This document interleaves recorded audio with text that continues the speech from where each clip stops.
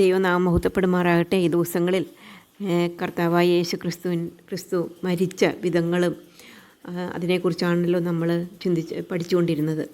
ഇന്ന് നമ്മൾക്ക് നമ്മുടെ കർത്താവ് മരിച്ച കർത്താവ് മാത്രമല്ല, ഉയർത്തെഴുന്നേറ്റ് ഇന്നും ജീവിക്കുന്ന കർത്താവാണ്. അതുകൊണ്ട് കർത്താവിൻ്റെ ഉയർപ്പിനെക്കുറിച്ച് നമുക്ക് പഠിക്കാം. അത് പഠിക്കുന്നതിന് മുമ്പായിട്ട് നമുക്ക് ഒരു വേദഭാഗം വായിക്കാം.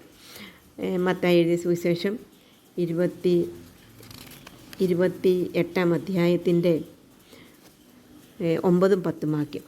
നിങ്ങൾക്ക് വന്ദനം എന്ന് പറഞ്ഞു. അവർ അടുത്ത് എന്ന് അവൻ്റെ കാൽ പിടിച്ചു അവനെ നമസ്കരിച്ചു. യേശു അവരോട്, ഭയപ്പെടേണ്ട, നിങ്ങൾ പോയി എൻ്റെ സഹോദരന്മാരോട് ഗലീലയ്ക്ക് പോകുവാൻ പറവീൻ, അവർ അവിടെ എന്നെ കാണും എന്ന് പറഞ്ഞു. നമുക്ക് വാക്യം ഒന്നും കൂടെ പഠിക്കാം. 9-ാം വാക്യവും കൂടെ. എന്നാൽ യേശു അവരെ എതിരേറ്റു, നിങ്ങൾക്ക് വന്ദനമെന്ന് പറഞ്ഞു. അവർ അടുത്ത് എന്ന് അവൻ്റെ കാൽ പിടിച്ചു അവനെ നമസ്കരിച്ചു. യേശു അവരോട്, ഭയപ്പെടേണ്ട, നിങ്ങൾ പോയി എൻ്റെ സഹോദരന്മാരോട് ഗലീലയ്ക്ക് പോകുവാൻ പറവീൻ, അവിടെ അവർ എന്നെ കാണുമെന്ന് പറഞ്ഞു. ഈസി ആയിട്ടുള്ളൊരു വാക്യമാണ്. അതിൻ്റെ ആരാണ് എന്നുള്ളത് നമ്മൾക്ക് പിന്നീട് ഈ കഥ ഇത് പഠിക്കുമ്പോൾ നമുക്ക് മനസ്സിലാകും. ആഴ്ചവട്ടത്തിൻ്റെ 1-ാം ദിവസം ഇരുട്ടിട്ട് ഉള്ളപ്പോൾ തന്നെ മഗ്ദലക്കാരത്തി മറിയയും യാക്കോബിൻ്റെ അമ്മ മറിയ എന്ന് പറയുമ്പോൾ കർത്താവിൻ്റെ അമ്മ മറിയയാണ്. ആ മറിയയും ശലോമിയും യോഹന്നയും അവർ ഒരിക്കൽ സുഗന്ധവർഗത്തോടു കൂടെ കല്ലറയിലേക്ക് പോയി. അവർ പോകുന്ന വഴിക്ക് വിചാരിച്ചു, കല്ലറയുടെ വാതിൽ വലിയ ഭാരമുള്ള വാതിലാണ്, ഇത് പാവം സഹോദരും പെണ്ണുങ്ങൾ മാത്രമേ ഉള്ളൂ. അവർ വിചാരിച്ചു, ആര് ഈ കല്ല് ഉരുട്ടും. എന്നാൽ അവർ അവിടെ എത്തിയപ്പോൾ നോക്കിയാറെ കണ്ടാണ് കല്ല് ഉരുട്ടിക്കളഞ്ഞതായി കണ്ടു. അവർ കല്ലറയ്ക്ക് അകത്ത് കടന്നപ്പോൾ അവർക്ക് ഭയമൊന്നും ഉണ്ടായില്ല. അവരുടെ യേശുവിനെ അടക്കിയ കല്ലറയാണ്. അവർ അകത്ത് കടന്നു. അപ്പോൾ അവർ അവിടെ ഒരു ദൂതനിരിക്കുന്നു കണ്ടു. അവൻ്റെ രൂപം കണ്ടപ്പോൾ അവൻ്റെ രൂപം മിന്നലിനൊത്തതും അവൻ്റെ ഉടുപ്പ് ഹിമം പോലെ വെളുത്തതുമായിരുന്നു. കാവൽക്കാർ അവനെ കണ്ട് ഓടിച്ച് അവർ മരിച്ചവരെ പോലെ അവർ ഓടി രക്ഷപ്പെടുവാനായിട്ട് അവർ പോയി. എന്നാൽ ദൂതൻ സ്ത്രീകളോട് പറഞ്ഞു, ഭയപ്പെടേണ്ട, ക്രൂശിക്കപ്പെട്ട യേശുവിനെ നിങ്ങൾ അന്വേഷിക്കുന്നു. ഇവർക്കും ഈ ദൂതനെ കണ്ടപ്പോൾ പേടിച്ചു പോയി. അപ്പോൾ അവർ പറഞ്ഞു, നിങ്ങൾ ഭയപ്പെടേണ്ട ആവശ്യമില്ല, ക്രൂശിക്കപ്പെട്ട യേശുവിനെ നിങ്ങൾ അന്വേഷിക്കുന്നു. അവൻ ഇവിടെയില്ല, അവൻ മരിച്ചവരുടെ ഇടയിൽ നിന്ന് ഉയർത്തെഴുന്നേറ്റു. നിങ്ങൾ ഈ സന്തോഷം വേഗം ചെന്നിട്ട് അവൻ്റെ ശിഷ്യന്മാരോട് പറവീനെന്ന് പറഞ്ഞു.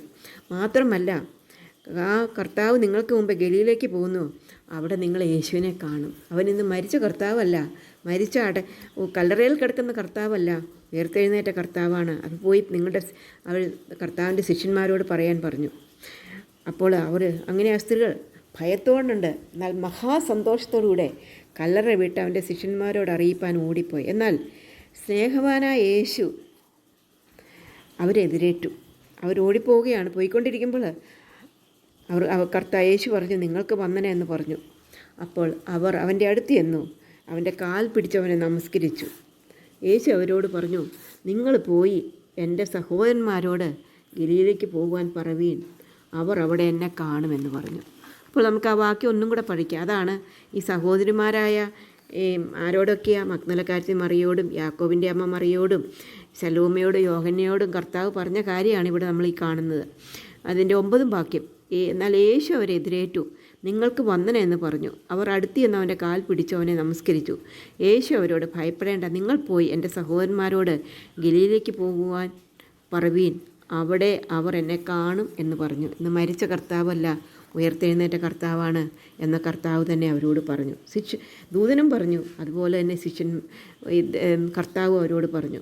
അപ്പോൾ അവർ ഓടിപ്പോയി പത്രോസിനോടും ശിഷ്യന്മാരോടും ഒക്കെ പറഞ്ഞു, കർത്താവ് ഉയർത്തെഴുന്നേറ്റെന്നു.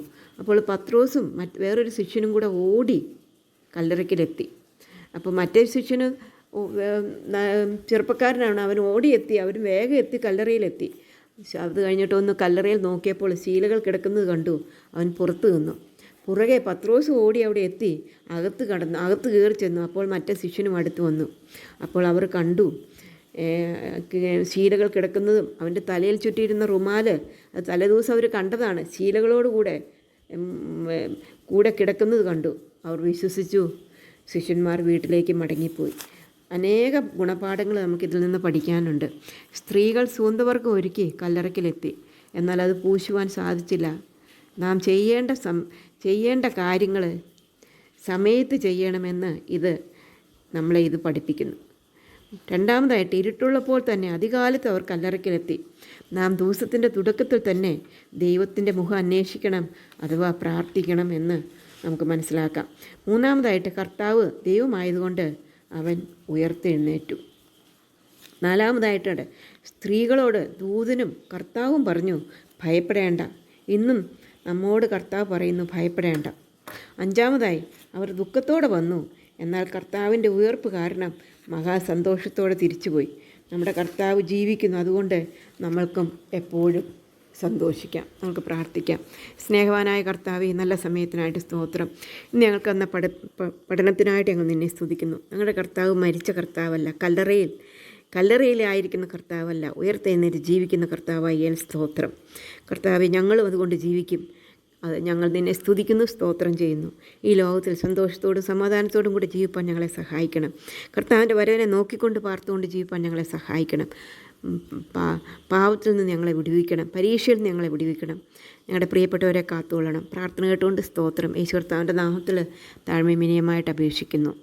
ആമീൻ. സ്തോത്രം. നിങ്ങൾക്ക് ഇത് ഇഷ്ടപ്പെട്ടെങ്കിൽ ഷെയർ ചെയ്യണം, സബ്സ്ക്രൈബ് ചെയ്യണം. ബെല്ലൈക്കണിൽ കൈ അമർത്തുമ്പോൾ ഓൾ എന്ന ഐക്കൺ കാണും. അതിലും കൈ അമർത്തിയാൽ നിങ്ങൾ എപ്പോഴൊക്കെ ആൻറ്റി ഇടുന്നു അപ്പോഴൊക്കെ നിങ്ങൾക്ക് ഈ ഓഡിയോ കിട്ടുവാനായിട്ട് ഇടയായിട്ട് തീരും. Okay, may God bless you all. By.